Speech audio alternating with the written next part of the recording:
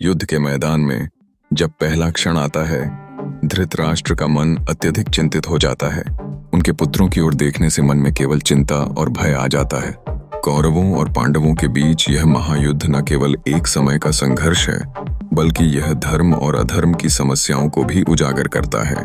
धृतराष्ट्र की चिंता उनके पुत्रों की युद्ध में व्यवहार को लेकर स्पष्ट थी, और यह उनकी ज्योतिर्मय दृष्टि को प्रकाशित करता है।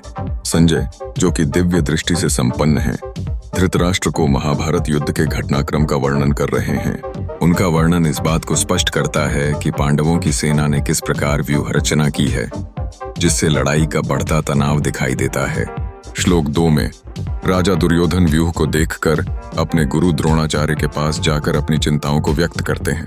यह क्षण गीता का प्रवर्तन करता है, जो धर्म और अधर्म के बीच संघर्ष की सत्यता को उजागर करता है। दुर्योधन की मानसिकता इस विश्लेषण में महत्वपूर्ण है। जब उसने पांडवों की समृद्ध सेना को देखा तो उसके मन में द्वंद्व और भय की लहरें उठने लगीं।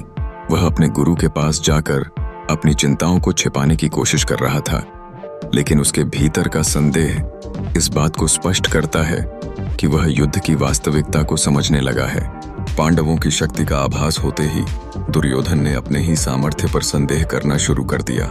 इस प्रकार वह क्षण न केवल महाभारत के युद्ध का प्रारंभिक दृश्य प्रस्तुत करता है, बल्कि यह दुर्योधन की राजनीतिक मानसिकता और उसके अहंकार के प्रति उसके लगाव को भी स्पष्ट करता है। यह घटना दर्शाती है कि कैसे युद्ध की पृष्ठभूमि में एक पल में निर्णय लेने की आवश्यकता होती है।